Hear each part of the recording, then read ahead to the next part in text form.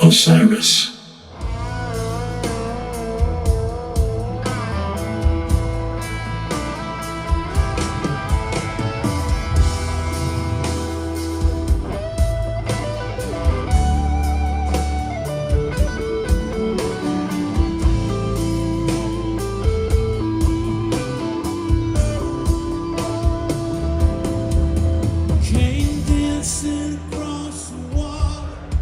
Hey, everybody. Welcome back to the Corner of Gray Street podcast. I'm Nolan, joined as always by Bruce. And this week we have a very, very special guest, Mr. Warren Haynes.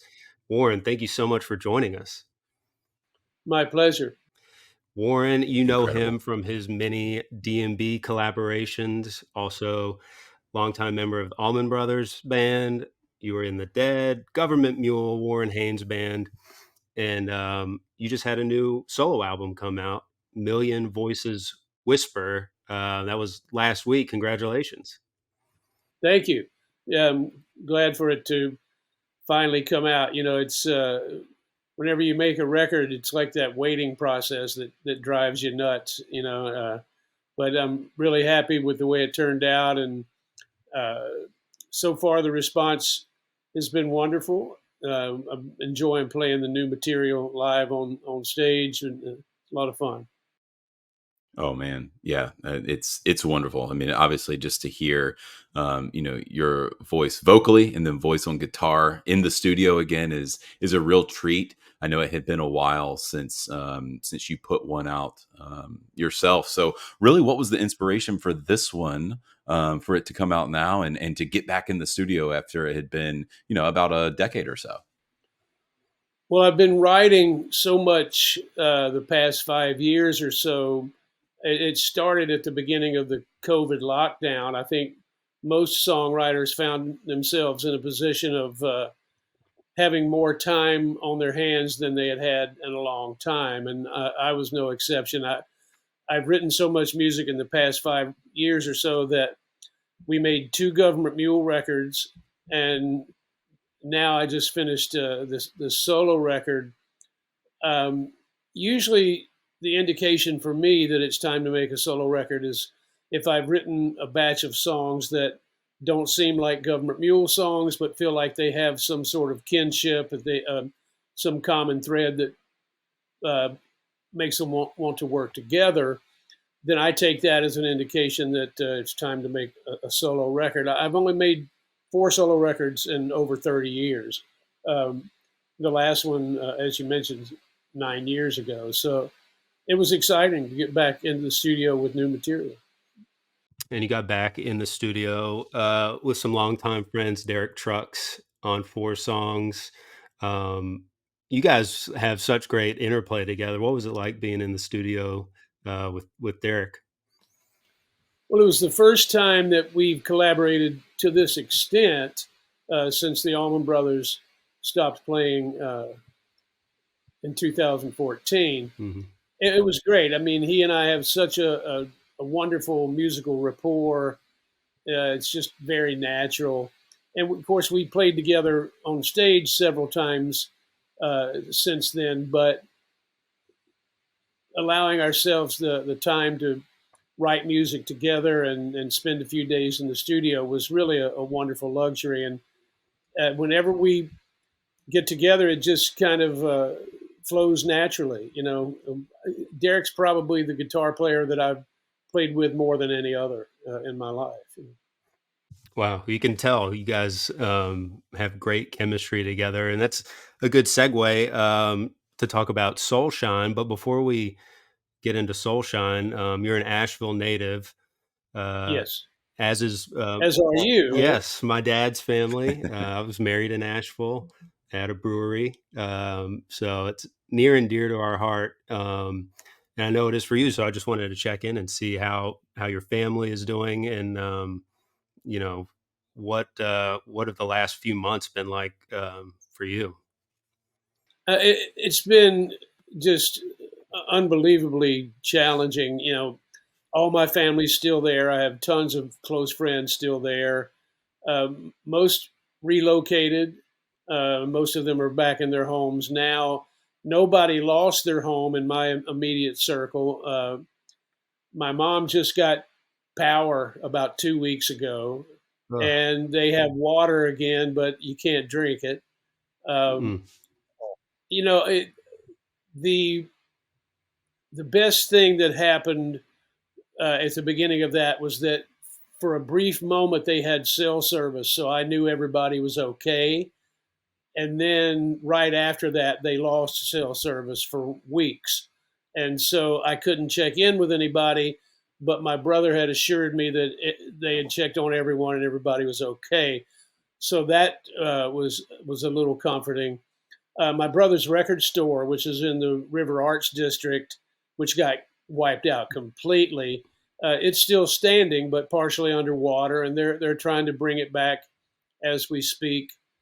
It's just devastating, as you know. And this benefit that we're doing, which we're calling Soulshine, uh, it's going to help, but it's going to be a drop in the bucket. It's going to take years to rebuild, and I'm looking forward to raising as much money as we can for the cause. But thankfully, there's so many musicians and people in the industry that are rising to the occasion. I know Eric Church and Luke Combs put on a great event, concert for Carolina, raised a lot of money. But you know, there's just so much work to be done. Yeah, it's tough, and it takes a long, long time. I live in Florida. My wife's from Panama City Beach, and they got destroyed. Category 5 about 5, 6 years ago. So it's just, and they're still working on things. So you're exactly right. It will take years, but a collective community such as Asheville is, and then the music scene, of course. They'll get it done. But we were extremely excited, obviously, to be able to see that you guys are partnering together to do this, the Soulshine event at Madison Square Garden, November 24th. How did this really come about, Warren? Like, who reached out to who? Where was the, talking back and forth and ultimate planning? How did that come together? Well, I do a charity show in Asheville that Dave Matthews has been part of in the past called the Christmas Jam. I've been doing it for over 30 years now, and we've had so many amazing bands and artists through the years. Uh, Once it occurred to me that we weren't going to be able to do Christmas Jam in Asheville this year because the arena there, where we normally host it, it was tied up for rescue and housing purposes. And of course, at that time when we were putting everything together, so many people had no water, no power, no cell service. We made the decision that it would be more beneficial to do something elsewhere. So I immediately reached out to the Dave Matthews camp, and upon a first conversation, realizing that the Sarasota kind of area of Florida, a lot of people in the DMB camp and the crew and stuff have ties to that area, which was devastated as well, as you well know. Uh, Two back-to-back hurricanes, which is just unbelievable. So it dawned on me that we were all on the same page, thinking the same way. That let's try to put some group effort together. MSG was one of the obvious choices. We were looking at 3 or 4 different options, but finding a day that everybody was available and a venue that made sense. And of course, once it came about that DMB was doing the 2 nights previous at MSG, the fact that we were able to get everybody for that day just made everything fall into place. So I can't say how much I appreciate the Dave Matthews camp spearheading this whole thing and making it happen.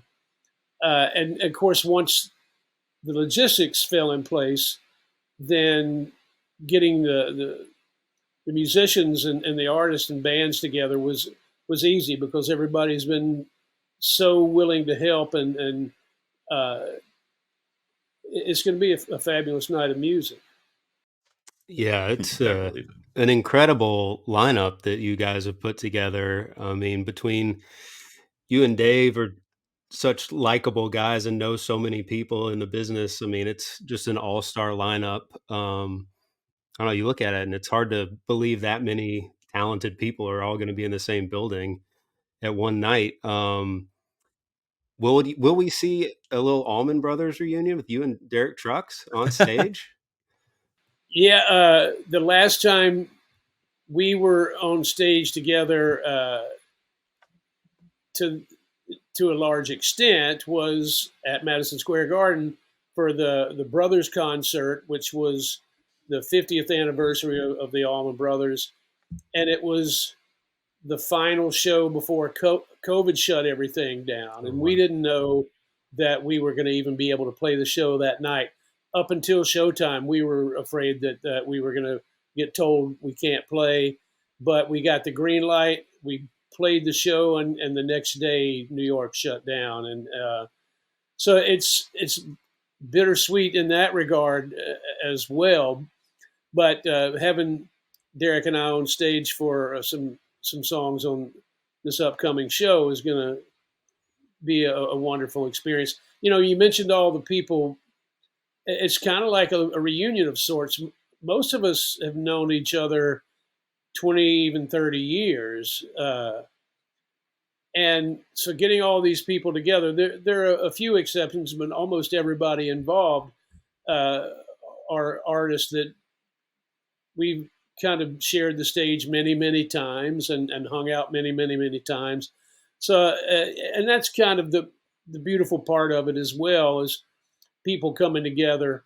And as I've expressed many times through the years with Christmas Jam, when musicians get together for a cause like this, the music benefits. The music that comes out of it is even more special. Something about being there for a more important reason than just doing your normal show. It somehow brings the music to a higher level and reminds us all of why we started playing and singing in the first place. Can't cannot wait to see what comes of it. And it's a perfect precursor to Thanksgiving, because that concert is like the Thanksgiving table. You've got all the family coming back together, but you've got some new ones coming in too, and we'll see how they fit in. Okay, Yeah, Rick and Goose, we'll see how you fit. No, I'm just kidding. But you mentioned there a little bit about obviously, how your music has evolved, or how everyone started playing music to begin with. We'll get some deeper stuff into D&B. Okay, Dave fans that are sitting and waiting for all of that conversation, we'll do that in just a little bit. But I want Warren to kind of expand upon where he came from a little bit. So obviously you began playing guitar around like age 11, in the early 70s. Who were your main influences then, and have they changed over time? You've evolved as a musician. Do you have like influences each decade, and kind of like, oh man, I pull a little bit from here and pull a little bit from there? yeah. If we go even further back into the mid to late '60s, I started singing before I started playing guitar, and at that time, I have two older brothers, and at that time we were just listening to soul music.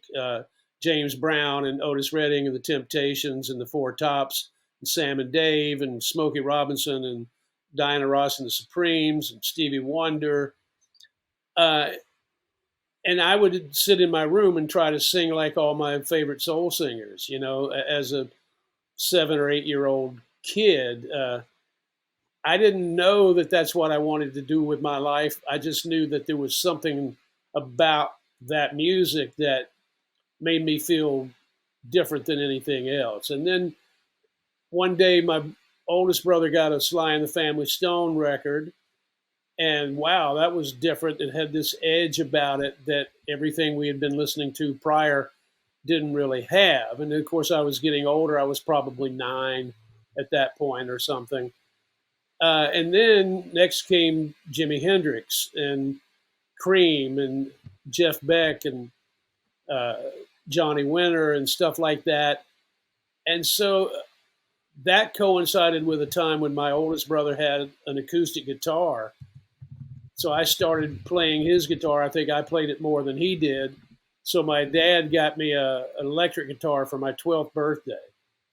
Uh, by that time, I was really into rock and roll music, but I was starting to discover that all my favorite guitar players learned from the blues masters like B.B. King and Freddie King and Albert Mhm. King and even Son House and Robert Johnson and uh, Muddy Waters and Howlin' Wolf and Elmore James. So I started listening to that music, going backwards and discovering all that. Then my oldest brother started listening to Coltrane and Miles Davis and Sonny Rollins and Cannonball Adderley. So I went down that rabbit hole, you know. So you had mentioned like different influences in different time periods. There were times early on in my life where I would just spend a part of my life studying songwriters, starting with Bob Dylan. But I loved Jackson Brown and James Taylor and people like that.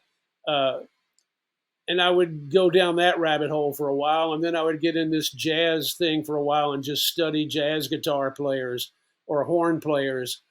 Uh, I really attribute my two older brothers, who are huge music fans and always had a ton of records.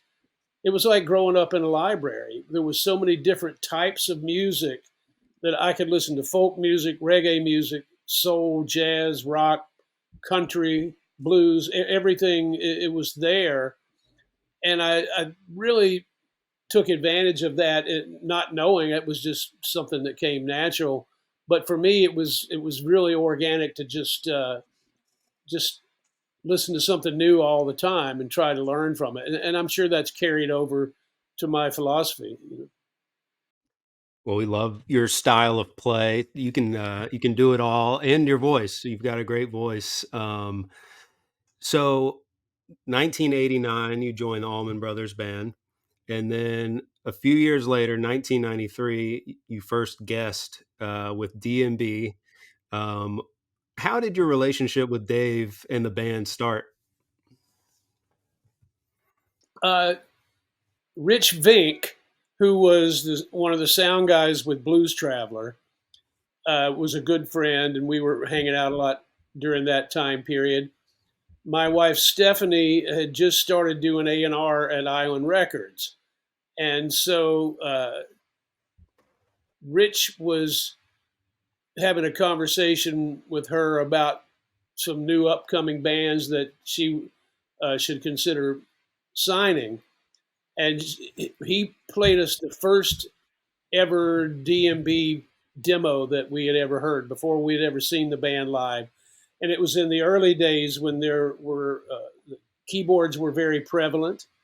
Um, and Rich was telling us, you got to go check these guys out live. So I don't, I might get the chronology wrong, but I remember uh, they came and played Wetlands in New York City. Yep. And I went down and checked it out and wound up on stage playing with them. And I think that was their first New York appearance. I'm not positive, but also there was this time period right in the early '90s where I was hosting this all star jam called the Power Jam at the Ritz, which was the old Studio 54 had turned into a venue called the Ritz. And I had gotten a call from Walter, who booked the Wetlands, saying that Paul Schaefer, who was supposed to be the MD of this event, had pulled out. Something had come up, and he couldn't do it, and was desperate for somebody to take over as musical director. They already had John Popper from Blues Traveler. They already had Noel Redding from the Jimi Hendrix Experience. They already had Jerome Braley from Parliament Funkadelic, the drummer. Um, and I can't remember who all else was already part of it. Some people pulled out. I think Leslie West and Mick Taylor were supposed to be there, but they had pulled out. So I started making phone calls. Chuck Leavell was in town with Mick Jagger, and he had a night off, so he came. And Bernie Worrell from P Funk came and played keyboards. So one by one, this thing was coming together. Fish was playing across the street at Roseland, and so Trey and Mike came by and jammed that night. But DMB was in town, and Rich, I'm pretty sure it was Rich, yet again, came up and said, "Hey, the guys in Dave Matthews Band are here. Can we get them up to do something?" And I said, "Well, I don't think we can get the entire band up, but maybe we can get a few people up and do All Along the Watchtower," because I was familiar with their version of Watchtower. And I thought, how cool would it be for Noel Redding from the Jimi Hendrix Experience to play bass on that? And I won't have to ask Noel to leave the stage, which was cool. So it's all a little hazy on who all was actually on stage at that moment, but it brought the house down. People just flipped out at this version of Watchtower. Um, those are my two earliest memories. And then there was also a festival in Virginia where it was Widespread Panic and my band and Dave Matthews Band and the Freddie Jones Band, Van Ripers. You guys Yes. familiar with Van Ripers? Yes. Hmm. So this was in the early days when Dave Matthews Band was huge in Virginia, but had still not conquered the rest of the world. And so I think my first solo record had come out. So this must have been 93 as well. Uh, and I remember the order for that show was Freddie Jones Band, and then my band, and then Dave Matthews, and then Widespread Panic headline. And it was the first time I played with Widespread Panic as well. And I remember thinking, why am I going on so early in the day? Because it was a really early show, and I knew obviously about DMB and their impact in the state of Virginia, but I had no idea until I witnessed that show. The Freddie Jones Band played. There was a pretty good crowd. My band played. There was an even better crowd. And then after my band stopped, this mountain just filled up with people that were there to see the Dave Matthews Band. And it was incredible. Like, I had no idea the connection they had made on that level. And it was fantastic. And then hearing Widespread Panic after that and joining them on stage, it was such a memorable night. Uh, it's hard to believe it's been that many years ago, but that's how far back we go. It's It's pretty awesome. incredible. The first one that you were talking about was actually February 5th of 93. The Wetlands was August 19th of 93, and then Van Ripers October 3rd of 93. And you nailed the opening acts, the sequence of all of it. Incredible storyteller that we have here, Mr. Warren Haynes. And you talked about Wetlands and them being in New York and all of that. Y'all continue to just kind of dominate New York. You've done MSG multiple times, 98, 2000, some really standout shows there. But then the true one, the one that will forever live in everyone's heart and soul, Central Park. Probably to this day, maybe besides Woodstock, the largest crowd that DMB probably played in front of, and they bring you out. This is something that Nolan and I probably got into DMB on, is the Central Park concert in the early 2000s. What do you remember about that night, and just how, were you aware of how these kind of large this whole thing was?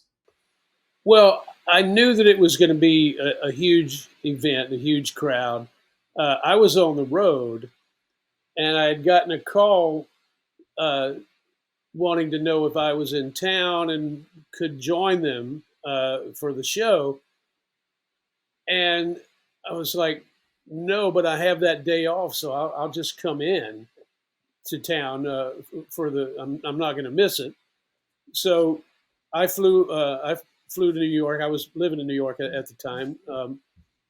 I flew home for the show and came to Central Park, and not knowing, are we going to have a chance to uh, rehearse or even chat about what we're going to do. So we had a brief little moment where we were able to sound check, and uh, Dave said to me, we were talking about what we should play, and he said, "You've done Cortez before, right?" Which at that point I had done Cortez a couple of times with Government Mule, and I said, "Yeah, I've done it." And he said, "I've been wanting to do it. Uh, what do you think about doing that?" And we could like trade verses or something. And I was like, "Yeah, that sounds cool. How do you want to do it?" So we divvied up uh, the verses and decided who was going to sing what. Uh, and I think we ran through it for like 2 minutes or something, and just left the rest to chance. And literally, that performance was completely unrehearsed, completely just our first take of capturing our own version of that tune. And that's why it's so special. That was us feeling our way through it for the first time, uh, in the most beautiful way. And there's been a lot of amazing versions, but that might still be my favorite one. There's just something about it that has that first impression magic, and I think it would be hard for people to understand how unrehearsed and how unscripted it really was. But it's one of those songs. You're just playing three chords over and over. It's about what you do dynamically, taking it up and down and the different textures and the subtleties. And everybody was just in tune and paying attention, and the energy from the crowd was unbelievable. And it's like it played itself, like the music was playing us, and that's when it's the best, I think. Oh Oh, yes. it's so good. I love all of that. I love the way you guys switched verses and alternated. Do you know how big of a deal it is in the fan base now? Like, it is probably one of the most popular shows and collaborations, like, in the band's history. Like, everyone knows your version of Cortez from Central Park. Which is wonderful. I guess to a certain extent, I have a realization of the impact that it's made, because that crowd was enormous, and looking out and just seeing that New York City with all those people and the city in the background. Uh, yeah, that performance stands out in my mind, and deserves to be uh, remembered as a special performance, because I remember the way it felt at the time. I had that rare feeling when the music's elevated beyond the norm, and that's what we all kind of live for. We get glimpses of it on a nightly basis, but when you get it to that extent, it's something you have to appreciate and be thankful for, that we're lucky enough to experience multiple times in our lives, and some people never experience that, and I can't express how much that's what makes my job the best job in the world. Oh, Truly. I can't So imagine being jealous. there. We burned up that DVD watching, your performance on there, back when we were in high school. Um, and we also, a couple weeks ago, we had, Rick Materatonda from Goose on the podcast, and he talked about how, he'd kind of been rediscovering Dave's music lately, but Central Park concert was always like the holy grail to him growing up. And he specifically mentioned your performance on Cortez, and then he went to Randall's Island a few years later, and got to see you play on Cortez with DMB, and it was like a big full circle moment for him. So you guys will be in the same building here in about a week. So I don't know. Yeah, and I'm excited to hear them. I've actually never heard Goose live, Mm, uh, and excited for that, and for all the collaboration possibilities. The interesting part is going to be figuring out who sits in with who, and how do we squeeze all this music into a window that is a finite window. yeah. uh, but those are good problems to have. When do you start trying to figure that out? I mean, I know you guys can play whatever song like at the drop of a hat, but when you're planning a collaboration like that with so many people, when would you start planning that? Well, I've been jotting down ideas, as has Dave, for the past few days, weeks, whatever. Hmm. I just got a text from Dave about an hour ago saying, "Let's talk tomorrow." So he and I have been texting about connecting on some ideas that we each have, and I know I've been thinking about how different bands can accommodate different special guests, so that we just make it as special as possible. And one of the things I love about Dave Matthews Band is that they're always thinking of collaborations that have either never happened before, or if they have happened before, doing something different than you've ever done before. It's always keeping things in motion, and keeping people guessing, which starts with the musicians. Keeping us guessing is part of the excitement too. Again, one of the things that I love about playing with those guys is we're leaving so much to chance, and that's easy in wetlands. Uh, but when you're at Madison Square Garden, or at Central Park, or at the Gorge, or some of these places, it's like you have to let yourself go and be part of something like that, uh, in a big environment that it's not quite as easy, but thankfully the energy from the audience takes you there. Uh, and so, I just love the fact that all of us, all the people that are going to be part of this benefit, share that philosophy of like being thankful that we can play music that's unscripted, and have the confidence, mostly due to the audience, that it's not going to go wrong. It's going to go right. Oh, everything will be so right that night. That is for sure. But you talked about, DMB taking those chances, utilizing a bunch of different guests. But even when it's the same guests, as you have guested with them multiple times, it's on different things, right? So you've guested on the same, Cortez Watchtower a lot. Cool, but that's because they're epic. But a bunch of other different songs as well. So we've asked, the other musicians that have guested with DMB, like Bela Fleck and Corey Wong, member of the crew, Joe Lawler. How does that day typically go? Is Dave choosing the songs? You get some input, and then sometimes it seems like Dave has said you may have shown up, and he's like, "We're going to play this song, and you've never heard it before." And when you get out on stage, you're just going to play. Is that true? Like, what is it typically like for you? That is true. Yes. Usually, what happens is, if we're lucky enough to have sound check, then uh, Dave will come up and say, "I was thinking about so and so. What do you think about that?" And of course, I'm usually amenable to just about anything, and so usually my answer is like, "Yeah, that sounds great. Let's do it."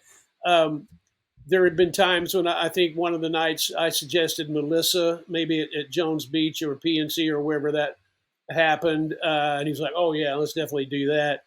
Um, but usually he's thinking ahead of what would be really cool, and it just makes sense to me. There have been times where it's like, "Hey, there's this song, you might not know it, but it's real easy. If you want to check it out in the dressing room, we can check it out."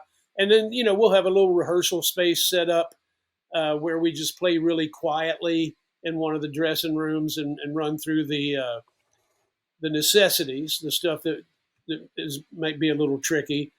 But again, there have been many nights I just walked on stage going, "We're just going to see what happens," and you know. But I have to confess that sitting in with somebody else's band, one of the keys to that, if you don't know the tune so well, is you just have to remember that everybody else knows it. So if there's a section that I'm less comfortable with, and then I'll just kind of bob my head and groove to the music and not feel like I have to play because all the bases are covered. It's not like if I don't play, it's going to be empty because everybody else knows it very well. So I love that. I love being the icing on top of the cake, you know? Well, that makes sense. Uh, it's gotta be comforting too if you don't know, like, the full song to have Carter Beauford behind you kinda carrying the rhythm of it. You guys seem to have a great connection on stage and often take the jam to another place, and Dave's ready maybe to wrap it up, and y'all are like, "Nah, we're gonna keep going." Is that true? Does that happen? Do you guys just kinda I, connect? I never got the vibe that he was ready to wrap it up. Maybe I'm ignoring that. Uh, but Yes. Carter and I connected from the very beginning, Yeah. even before the Horde tour. But once we did the Horde tour, when we were hanging more and jamming off stage, like we in the Horde tour, we used to have these little side stages where people could go jam in front of like 50 people or 100 people and stuff. And it was fantastic. But whenever Carter and I play together, I know that if I go down a certain path, he's going to go there with me, and he's going to cue off of what I'm doing rhythmically. And he just has this great sense of completing a thought that if I'm playing some musical thought, especially if we're looking at each other at the same time, which happens a lot. If people wonder why you have your back to the audience, it's because I'm looking at Carter. uh, and the connection there, you know, if I have a big finish in mind for my solo and I'm looking at him, then he makes that powerful and brings it to fruition, you know.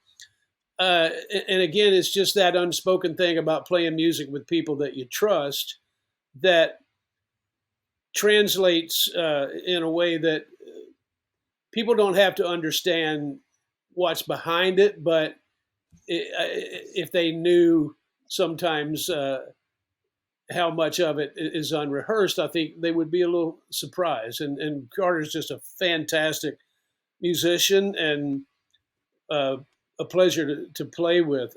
And Tim Riddle's also, you know, he and I will get off on these things. Uh, I love Tim and love his playing and love the fact that he joined the band way back because it was such a great addition. You know, Tim went on the road with Government Mule for a while. I think we did 3 weeks together, and he rode the bus with us because he was the opening act as a solo. So it's like, well, just get on our bus and we'll listen to music and talk about songs we can jam on and all this stuff. And so, you know, he and I really became close during that whole process. And we've played a lot of unscripted music together as well. We won't see each other sometimes for years at a time. And then when we get back together, uh, it's just an easy musical relationship. It's you know, so whenever we get off on these weird tangents too, they might be self indulgent, but that's part of what our whole world loves. You know. Oh, yeah. It's what we love too. We pay to come see you guys be self-indulgent. Like give us the goods, Warren and Tim. But Um you know, I sound like a broken record saying this, but it's all about the audience because and this started with the Grateful Dead and the Allman Brothers, and even before that, but with bands like that, that were blessed to build an audience that went on the journey with them. Because if you didn't have that audience, then it wouldn't be the same energy, and people wouldn't be taking that journey. Uh, and, you know, thankfully, this is not a real scenario, but I imagine doing what we do in front of somebody else's crowd that was there to hear, you know, songs that they've heard on the radio and they expect to be played a certain way, the same way night after night, uh, it wouldn't go so good. Yeah, thank goodness we're not like that, because I think we gravitate more towards your style, Warren. We enjoy the spontaneity. The reason that we started this podcast is because DMB is that band, and because they do have that fan base that appreciates that. And so it's something that we've loved from them, and all of the musicians, which is just a ton of them, that they have in their orbit. And that's the other thing, is that they really do sometimes don't get maybe the credit that they're due, but recently they did get a lot of credit by being inducted to the Hall of Fame. What was that like for you, seeing them, as they've gone through a lot, and a lot of different iterations, really, even of the band, over the years, and just to kind of finally crystallize that accomplishment most recently? Well, most of us think about things like that as not being uh, the main goals that you're trying to achieve in your life. But then when they happen, it's like, wow, it is really nice to be acknowledged. It's like winning a Grammy or something. When I grew up, I didn't care so much about the Grammys. All the people winning Grammys were not my favorites, and all my favorites were kind of being ignored. But then when you start being friends with someone who got nominated, or uh, someone who won, or in our case, when you finally win a Grammy, it's like, okay, I get it. It's acknowledgement for all the hard work that you put into something, because that's really what it's about. I think the fact that DMB got inducted is fantastic and needed to happen. And I'm really proud of them, and happy that happened. Um, but I don't feel like they've ever given thought to uh, that kind of thing. It's like Sure. the reason we make music is for a whole nother reason, and that's what makes it special. For bands like Dave Matthews Band to be so different than everything else that's going on around them, that takes a lot of dedication and a lot of confidence in doing what you do and not compromising it and trying to second guess what people expect you to do, especially the music business, the music industry. I've lived my whole life kind of bucking the music business, and we're all still here, and people that tried to second guess and give the marketplace what they thought it expected of them uh, wind up falling by the wayside, And so I think people that are committed to their art in a way that starts with pleasing themselves and their core audience, that's uh, that's what timeless music is all about. Yeah, I think that's exactly how Dave and the band think. There's just the induction was like a bonus for them. So you've known Dave and all of them a long time. Do you have a favorite Dave story? Uh, the favorite Dave story that I can share. Yes. Uh, Of course. that's different. Um, no, let me think about that for a second. Sure. You know, I'm thinking back to early Horde tour when uh, DMB was just starting to become successful, and Horde tour was getting more successful year after year.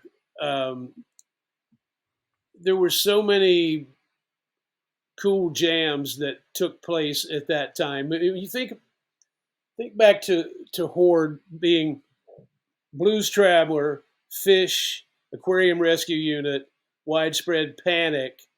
Uh, that was the core in the beginning, and then Dave Matthews Band joined, and then the Allman Brothers joined, and but those think about those shows in a modern light. If you had all those bands together later on, they would just it would be hundreds of thousands of people trying to get in, you know. Mhm. But all that music was captured at a time when those relationships were still fresh, and everybody was just sitting in with each other. And um, I also have fond memories of Dave joining Government Mule on stage at Christmas Jam when, uh, and also at the Gorge and in Mexico when he and I played Forsaken Savior, the only time we've ever been able to do it together. Mm. Um, there's so many that stand out, you know, and I'm sure after we're done, I'll go, oh, now I remember the best one. But one of the best ones I probably should not share. So Perfectly fine. We would expect nothing less from a couple of rock stars. It's perfectly fine. We talked about more recent things in the Rock and Roll Hall of Fame, but a less fortunate one was the passing of Phil Lesh. And you were able to have a great, seemingly relationship with him and musicianship with him, predating your time with the Dead. You joined Phil Lesh and Friends, Phil Lesh Quintet. And it seemed like you guys really hit it off, having multiple years and tours and even an album. And really, what was it like to know Phil and then ultimately really play alongside Phil? well, my relationship with Phil began the late '90s. I had gotten a call from Phil saying that he had made a list, and it was quite an extensive list of musicians that he wanted to work with, and that I was one of those people. And would I be willing to come to San Francisco and hole up for a few days rehearsing, and then go do a couple of shows? And I was like, yeah, I would love that. I didn't. We had never met prior to that, and so I flew out and we rehearsed and did two shows at Calaveras County um, with the late Merle Saunders was part of that. Myself and Steve Kimmock and Donna Godshaw, uh, John Molo. Um, I've been saying this a lot recently, but I'll repeat it. I thought up until that point, I thought I was a pretty open-minded musician, but meeting Phil, it became instantly obvious that he was way beyond in that department as far as opening his mind to what music can be, should be, is. Uh, he never wants to put any pressure on where the music's going to go. He never wants to rush it to get to where it's going. Uh, the music is about being in the moment, and that translates to every aspect of what he does, musically speaking. Uh, Jamming with Phil is a constant experiment, and sometimes, uh, as Dickie Betts used to say, a wheel comes off. It might go somewhere it's not supposed to go. Phil never looks at that as a bad thing. That's just, he used to say, there are no mistakes, only missed opportunities. And so that's the jazz philosophy of taking a wrong note and turning it into a new direction. Um, he was such an influence, in that way on me. It forced me to look at music in a different light than I ever had, or at least look at it more deeply in that light than I ever had. And we played together so many times. It was always a joyous experience. Playing music is what he lived for, and the experience of playing on stage live. He was the epitome of what it is about that we all love and cherish, you know, and the fact that we had the opportunity to keep the quintet together on and off as long as we did allowed us to become a real band and to explore the chemistry we had and extent the, to the extent that was way beyond what you can do if you're not allowed to grow as a band. Because I always tell people that the chemistry that you have with people in the beginning is wonderful when you discover something special, but it's all about keeping it together and letting it grow and where it can go if you allow that to happen. And I've been fortunate to have that experience with quite a few people in my life, and Phil was one of the ones that really influenced me from that day forward.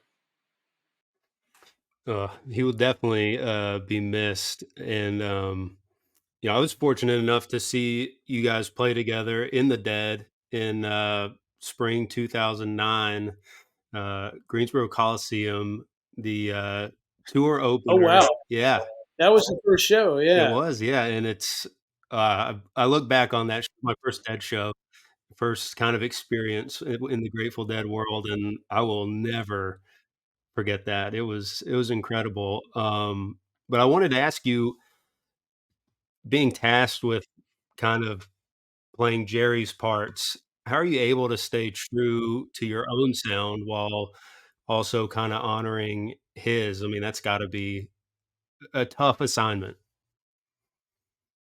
Well, it's interesting that you brought that up.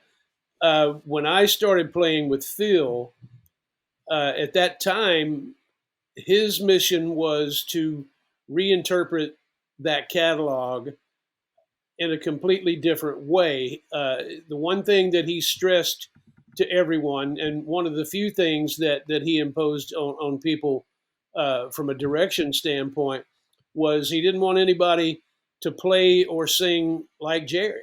He wanted everyone that was singing or playing guitar to bring their own personality to the music, even sonically. He didn't want anyone to try to cop Jerry's tone, uh, and especially the signature uh, memorable parts. Like, you know, if there were certain songs where Jerry tended to play a certain type of pattern, Phil would stress to people, get away from that and play something different that's coming from your own personality. And so my experience in playing with him was born out of that. Uh, and that's the only approach that I ever took to that music until I joined the Dead, at which case I felt like, well, I should at least try to honor the spirit a little bit more because the Dead audience expects that. Um, but Phil's his idea for that and for music in general was for bring your own personality to the table. You know, I think he always felt like a copying Jerry was not the same as being yourself. Jerry was Jerry because that's who he was. Um, but B, I think he was he wanted to see where that music could go with other personalities involved in interpreting, because he believed in the songs, and rightly so, to the extent that they live on their own. Interpretation is what you apply to them. So he was curious to see what if we approach this song like that or that song like this, and everybody brought their own ideas in.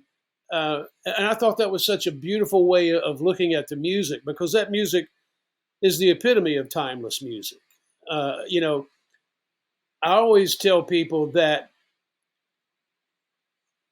if you completely disregard the group personality that the Grateful Dead had and their form of jamming that they invented and brought to the world.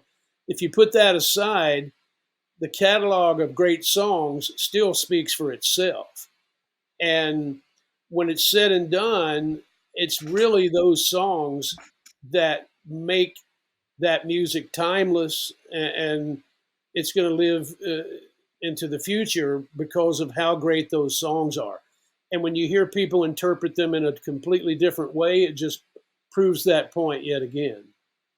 Great answer. Agreed. Absolutely. Yeah. And now at MSG Soulshine, you're going to have yourself, Trey Anastasio, who played Jerry in Fare Thee Well, and now Rick, who is going to be in the latest iteration at the Dead Ahead Fest in Mexico. Could be a good chance to play some Dead tunes. Yes. Could be. Makes There sense you to go. me. He'll text Dave. He'll get right on that. Before we get Warren out of here with a riveting rapid fire section, what's next for you after Soulshine? Looking into obviously into the year, but into 2025 as well. What's next because you never stop. So what's next for Mr. Warren Haynes? Government Mule is going to do 3 shows for New Year's. One in New Haven and 2 at the Beacon Theater in New York City. And then after that, we go to Jamaica for our annual Island Exodus. And so those are kind of things we do every year, but I'm really excited about. Government Mule's 30th anniversary is next year. So Wow. we're looking to do a bunch of cool special shows and to also release some archival stuff from the vaults that people have never heard. Not just live music, but studio recordings and alternate versions and outtakes and stuff.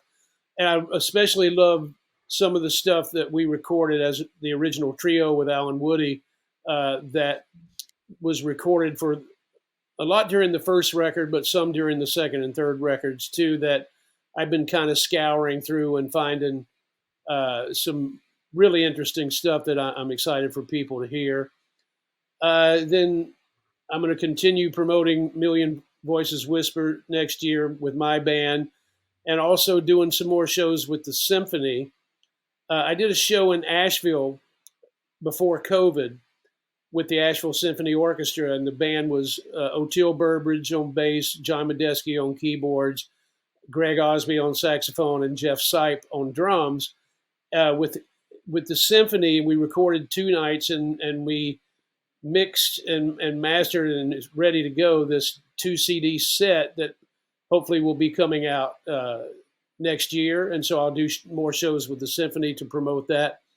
Long answer to a question, but Wow. Amazing. Oh, No, I we can't wait for that. Can't wait to hear that. Man, you should mention the Government Mule 30th anniversary release to Dave and all the unreleased tracks and stuff, and see if you can get the wheels turning for him. D&B has a lot of unreleased tracks. Let's go. you think? Yeah, I'm sure there's a lot of unreleased stuff floating around. Yeah. All right. Well, now it's time to jump into rapid fire. So let's go. What was the last song you listened to?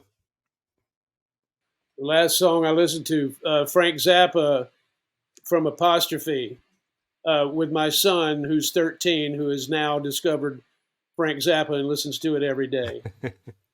Amazing. Who is the GOAT guitarist? Wes Montgomery. All right. Love it. Favorite Grateful Dead song to play or to sing? I really love singing Stella Blue just because it's so passionate. But I could give you 100. Yeah, they're all good. That was good enough. The best song and the best album of all time, according to Warren Haynes. Wow. It would be a Bob Dylan song, and which album would vary Monday, Tuesday, Wednesday, Thursday, Friday, Saturday, Sunday. I'd give you recently, I've been thinking in my head, I wouldn't say it's the best, but my current favorite is Man in the Long Black Coat, which is from Oh Mercy. But again, there's so many. That's just a momentary favorite.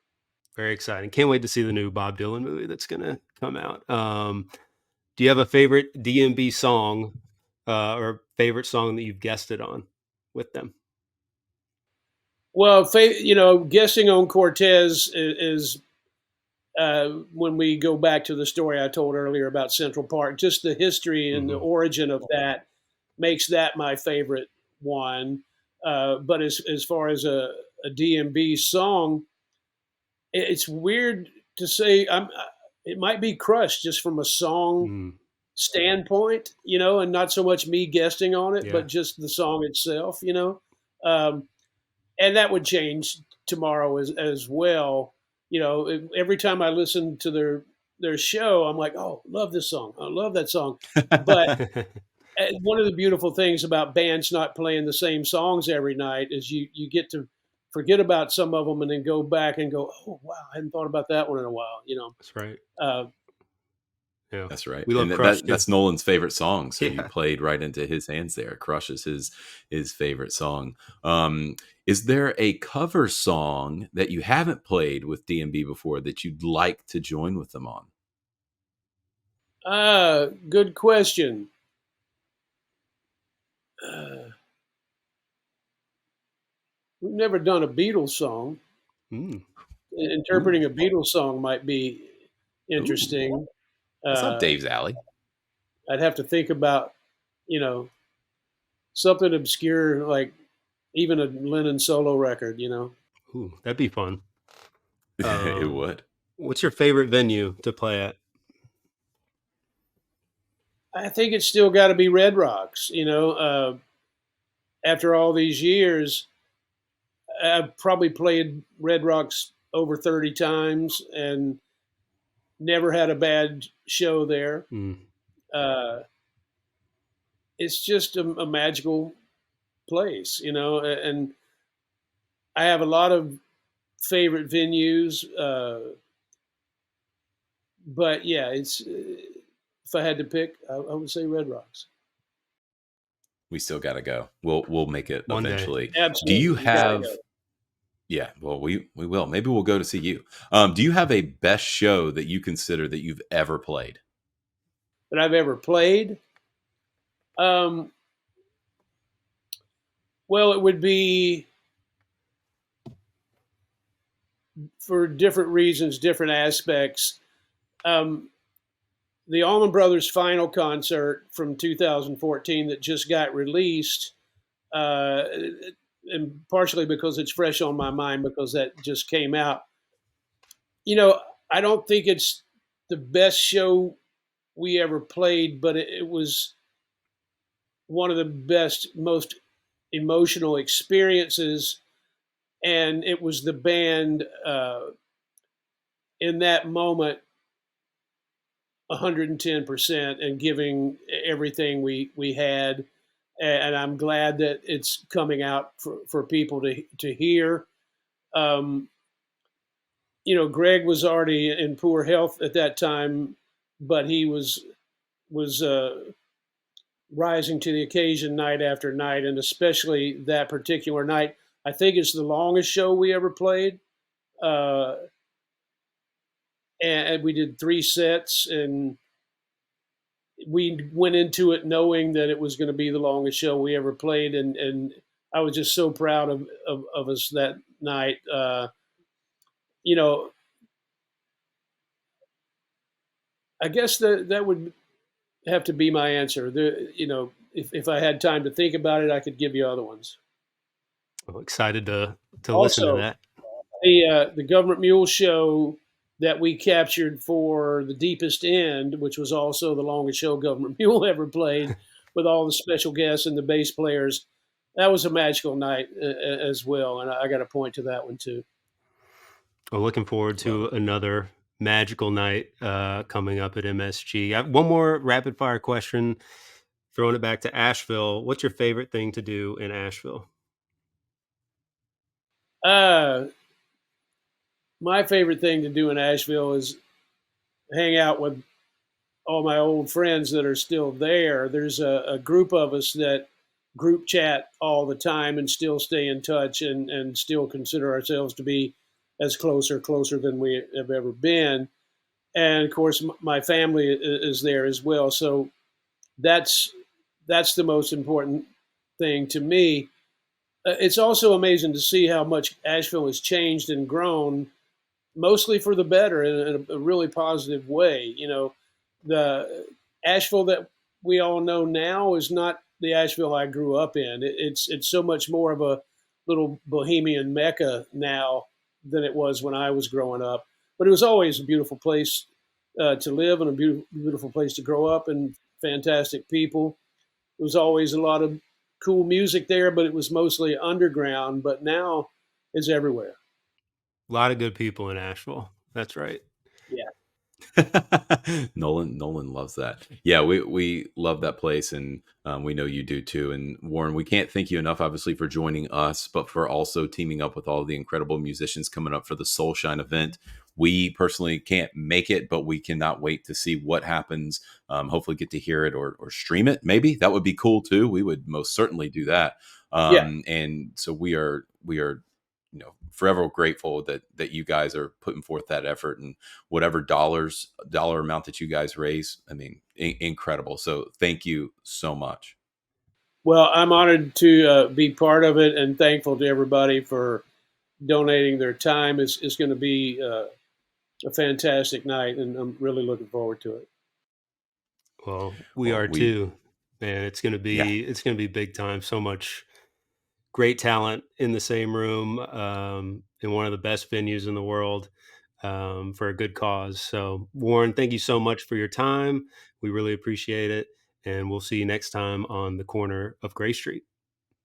Thank you, guys. Enjoyed it.